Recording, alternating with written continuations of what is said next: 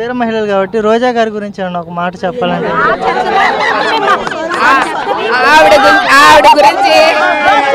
ఆవిడ గురించి మాట్లాడడం చాలా వేస్ట్. ఎందుకంటే తిన్నామా పడుకున్నామా తెల్లారిందా ఆ కెపాసిటీ నా అన్న ఏటన్నది సార్, నువ్వు గేటు కూడా నువ్వు ముట్టుకోలేవు, నువ్వు అసెంబ్లీ గేటు కూడా ముట్టుకోలేవు. ఇంత ప్రజలను సృష్టించారు సార్, ఇంత అది తమిళనాడు గొప్పేసింది. దాని ఒప్పుకో. మేము గాజువాక నియోజకవర్గం 76వ వార్డు నుంచి వచ్చాము. మేము మా గాజువాక నియోజకవర్గం మేము మా పవన్ కళ్యాణ్ గెలిపించుకోలేకపోయామే అని ఒక బాధ ఎప్పటికీ ఉంది. ఈ పిఠాపురం నియోజకవర్గం అదృష్టవంతులు, అది ఆ బాధ నాకు ఉండిపోయింది. సో పోనీ గాజువాక డెవలప్ అయ్యి ఉంది, పోనీ ఇదంతా కొద్దిగా పూర్ ఏరియా కనుక పోనీ వీళ్ళైనా డెవలప్ అవుతారు కదా అనేసి మేము ఆశిస్తున్నాం. వీళ్ళు అదృష్టవంతులు, మేము దురదృష్టవంతులు. ఇంకొకటి ఏంటి, గాజువాక గెలిస్తే మేము ఫుల్గా పొల్యూషన్లో ఉన్నాం. పోర్టు ధూళి, ప్రతి ఇంటికి క్యాన్సర్ పేషెంట్లు. ఈయన ఒకసారి ఎలక్షన్ అయిపోయాక 2019 డిసెంబర్లో వచ్చారు. ఆయనతోనే నేను మాట్లాడాను. ఆయన నాకు చెవులో కూడా చెప్పారు సభ జరుగుతుంది అమ్మ, నేను మళ్ళీ గాజువాకే చేస్తానని అన్నారు. సో మేము దురదృష్టవంతులమి, పిఠాపురం వ్యక్తులు అదృష్టవంతులు. మేము ఇప్పటికీ బాధపడుతున్నాం. ఈ ప్రత్యేకంగా ఈ ఏరియా మేము చూడడానికి వచ్చాం. మేము చాలా బాధపడుతున్నాం. ఇలాంటి దేవుళ్ళు లాంటి వ్యక్తిని మిస్ అయ్యామని మేము బాధపడుతున్నాం. మాకు ఈయన వస్తే పోర్టు ధూళి, స్టీల్ ప్లాంట్ గురించి చాలా బాగా ఆయన అండదండలు ఉన్నాయి. మొన్న కూటమి నుంచి చంద్రబాబు నాయుడు గారు, మోడీ గారు, ఈయన వీళ్ళు ముగ్గురు సమక్షంలో ముందు రోజు వచ్చి మా ప్లాంట్ గురించి ఏం మాట్లాడలేదేమోనంటే, మరుసటి రోజు మా జన సైనికుల్ని ఏ మార్కెట్లకు వెళ్ళా, మీ నాయకుడు మీ ముగ్గురు ముఖ్యమంత్రి వీళ్ళందరూ టైఅప్ అయిపోయి ముగ్గురు దొంగలు అలాగా ఇలాగని అంటే ఇంట్లోంచి మేము బయటకు రాలేకపోయి మూడో రోజే మాకు స్టీల్ ప్లాంట్కి నిధులు 11,000 కోట్లు ఎంతో మాకు వచ్చింది. ఈరోజు ప్లాంట్ది కూడా ముందుకి మాకు ఈయన అండదండ. ఈయన నుంచి మాకు ప్రతిదీ కూడా జరుగుతుంది. మాకు ఈయన సెంట్రల్ గవర్నమెంట్ నుంచి ఈ నిధులు తేవాలని అన్న మేము దురదృష్టవంతులని మేము బాధపడుతున్నాం. జై జనసేన. పవన్ కళ్యాణ్ గారి సపోర్ట్ లేకుండా సెంట్రల్ గవర్నమెంట్ నుంచి ఏ నిధులు రావని మాత్రం అందరికీ పక్కాగా అర్థమైంది. ఎందుకంటే పవన్ కళ్యాణ్ గారు అంటేనే గవర్నమెంట్ అంటేనే పవన్ కళ్యాణ్ గారు. ఆ రోజు మేము గాజువాక నియోజకవర్గంలో వదిలేసుకున్నాము అంటే ఈ రోజు అతని ప్రభంజనం అంటే ఏంటో చూపించడం కోసమే ఆ రోజు గాజువాక వదిలేసుకున్నాం. మేమైతే ఒక వైపు నుంచి సంతోషం ఉంది, మరొక వైపు నుంచి బాధ కూడా ఉంది. 11 సంవత్సరాల నుంచి మేము ఇదే పార్టీలో ఎవరు వచ్చినా ఎవరు రాకపోయినా మేము ఏ పార్టీలోకి మారకుండా వీర మహిళలుగా విశాఖపట్నంలో గాజువాక నియోజకవర్గంలో ఎవరు ఎన్ని మాట్లాడినా సరే మేము ఇదే పార్టీలో కొనసాగుతూ వచ్చాము. ఆ ధైర్యంతో ఈరోజు మా పవన్ కళ్యాణ్ గారిని చూడటం కోసం ఈ టైంకి కూడా అంటే ఒకప్పుడు ప్రజారాజ్యంలో పనిచేసిన వాళ్ళమే జనసేనలో కూడా వీర మహిళలుగా నిలిచాము. కానీ పవన్ కళ్యాణ్ గారు వీర మహిళలను వదిలిపెట్టకుండా అప్పటి నుంచి ఇప్పటి వరకు 11 సంవత్సరాల నుంచి మమ్మల్ని పట్టుకొని అలా ఉన్నారు. మేము అలాంటి నాయకుడిని ఎందుకు వదులుకుంటాము? మా ఏంటి రక్తంలో నరనరాన ప్రవహిస్తున్నదే జనసేన. ఆ అవకాశాన్ని మేము పిఠాపురానికి ప్రసాదించాము. ఆ వరాన్ని పిఠాపురం వాసులకి మేము ఇచ్చాము. ఎందుకంటే గాజువాక ఆ రోజు ఓడిపోయారు కాబట్టి ఈ రోజు పిఠాపురంలో అత్యంత మెజార్టీతో గెలుపొందారు. జై జనసేన.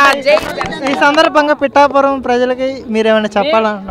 పిఠాపురం ప్రజలందరికీ కూడా వాళ్ళు చాలా అదృష్టవంతులు. చాలా అంటే ఒక స్వర్గం అనేది ఎలా ఉంటుందో అలాంటి స్వర్గం చూపించడం కోసం పవన్ కళ్యాణ్ గారు పవన వేగంతో దూసుకుని వచ్చారు. ఇంకా వీళ్ళకి తిరుగులేదు. ఏ నాయకుడు వచ్చినా ఎవరు ఉన్నా ఏం చేయలేరు. కూటమి ప్రభుత్వాన్ని తీసుకొచ్చి పవన్ కళ్యాణ్ గారు ఇలా నిలబెట్టి అంటే ఒక సెంట్రల్ గవర్నమెంట్ నడిపిస్తూ ఎన్డీఏ కూటమిగా ఏర్పాటు చేసి నేను సివిక్స్ లెక్చరర్గా నేను వర్క్ చేస్తున్నాను. నా నరనరలో కూడా నేను పనిచేస్తున్నాను లెక్చరర్గా. కానీ ఈరోజు సెలవు పెట్టుకున్నా రావాలి అని అనుకున్నాను. కానీ హోలీ ద్వారా సెలవు కూడా లభించింది. మా నరనరలో కూడా ఈ పార్టీని కానీ ఈ నాయకులను కానీ ఎప్పటికీ వదిలిపెట్టం. ఏం చేయక్కర్లేదు. ఎందుకంటే దేశం బాగుపడాలి. ఎవరైనా కోరుకున్నది ఏంటంటే దేశం బాగుపడాలి, అందరూ గర్వించాలంటే రాజకీయం అంటే ఏం తెలియని వాళ్ళు కూడా ఈ రోజు నా రాజకీయం నేర్పించగలిగిన టీచర్గా చెప్పండి. కళ్యాణ్ గారు రాజకీయ నాయకుడా? నాయకుడు. ఎలా నాయకుడు? ఎలా నాయకుడు అంటే ప్రజల్లో నుంచి పుట్టుకొచ్చాడు కాబట్టి నాయకుడు. ఆ నాయకుడికి రాజకీయం అంటే నేర్చుకుని దాంట్లోనే ప్రవహిస్తూ ఉన్న ఒక ప్రపంచమే పవన్ కళ్యాణ్ గారు. రోడ్లు అయ్యి ఇప్పుడు ఎంత చూడండి, ఏ పల్లికి వెళ్ళినా ఏ సిటీకి వెళ్ళినా రోడ్లు ఎంత ఇదిగా ఉంది, ఏ టైంలో మనం ప్రయాణం చేయాలని రోడ్లు ఎంత ఇదిగా ఉంది. రోడ్ల గురించి కసితో వచ్చిన వ్యక్తి పవన్ కళ్యాణ్ గారు. మేలు చేయాలనుకుని వచ్చారు సార్. ఒక్కటే ఏంటంటే మేలు చేయాలి. అతను ఏమీ ఆశించలేదు. ఒక సినిమా తీసుకున్న కోట్లలో సంపాదించే సత్తా ఉన్న ఏకైక నాయకుడు. అయినా సరే మనలాగా చెమట ఓడిచి ఇలా కష్టపడి ప్రజల కష్టం విలువ తెలుసుకొని ఇక ప్రజల్లో మమేకమై తిరుగుతున్న ఏకైక వ్యక్తి. ఒకప్పుడు నాయకులు ఉన్నారంటే ప్రజలందరూ వెళ్ళిపోయిన తర్వాత కానీ స్టేజ్ దగ్గరికి వచ్చేవారు కాదు. మీటింగ్ ఏర్పాటు చేస్తున్నారంటే అక్కడ జనాలు కూడా ఉండేవారు కాదు. ఒక పైసా ఆశించకుండా, కనీసం వాళ్ళు పెట్టే ఫుడ్ కూడా ఆశించకుండా, ఎవరు డబ్బులు వాళ్ళు ఖర్చు పెట్టుకొని ఎంత ప్రపంచంలాగా రాష్ట్రం నలుమూలల నుంచి ఎక్కడెక్కడున్న జనసేన నాయకులు, నెక్స్ట్ వీర మహిళలు, పెద్దవాళ్ళు, చిన్నవాళ్ళు, ఇంకా పిల్లలు కూడా రెడీ అయ్యి వచ్చే అంత ఆస్తిని సంపాదించుకున్నారు. వీర మహిళలు కాబట్టి రోజా గారి గురించి ఏమన్నా ఒక మాట చెప్పాలంటే?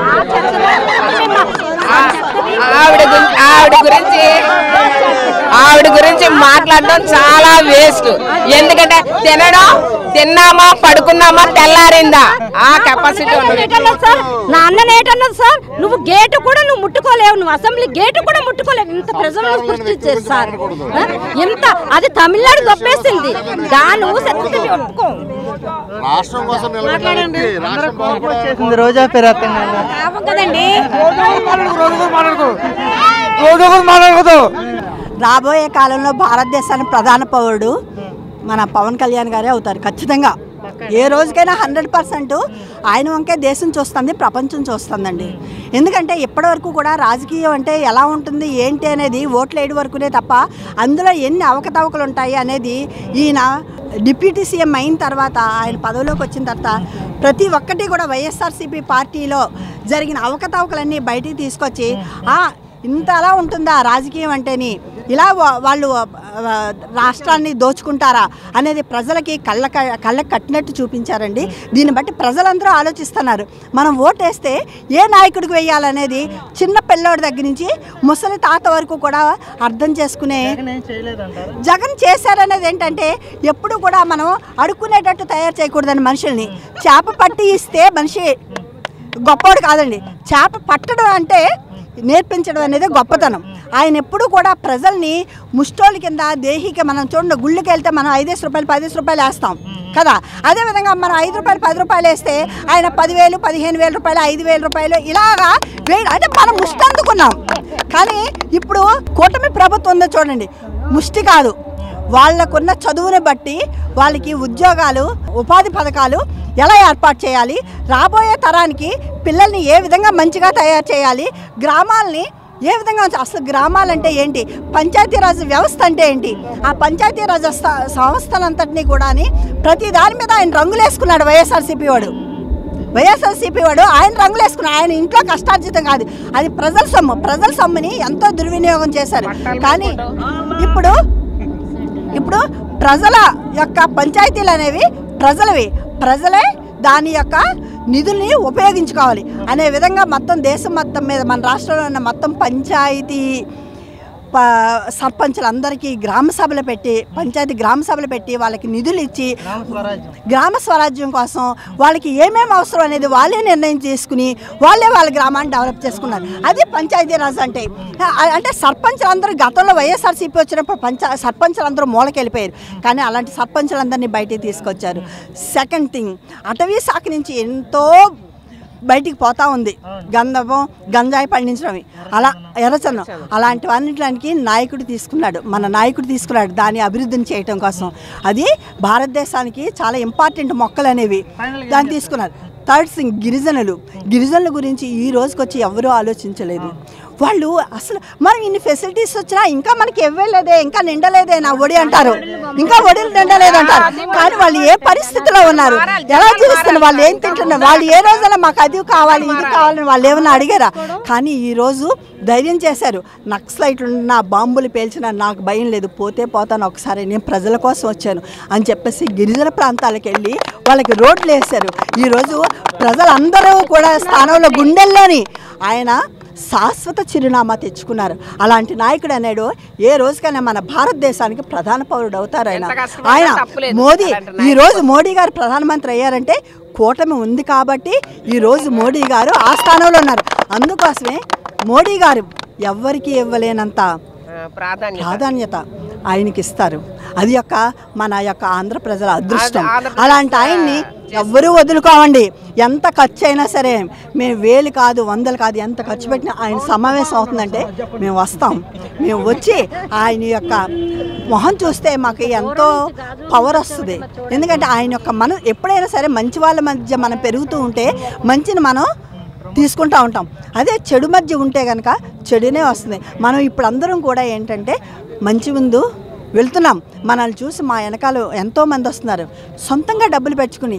ఇప్పుడు ఒక తెలుగుదేశం కానీ వీళ్ళు కానీ గతంలో రాజకీయ పార్టీలు ఏదైనా మందు ఇస్తారా, ఏదైనా ఆటో ఛార్జీలు ఇస్తారా, ఏదైనా బియ్యం ఇస్తారా అనేది ఇస్తేనే వాళ్ళు వచ్చేవారు. ఈరోజు ఎవ్వరూ కూడా వాళ్ళ సొంత డబ్బులతోటి వాళ్ళు వచ్చారు.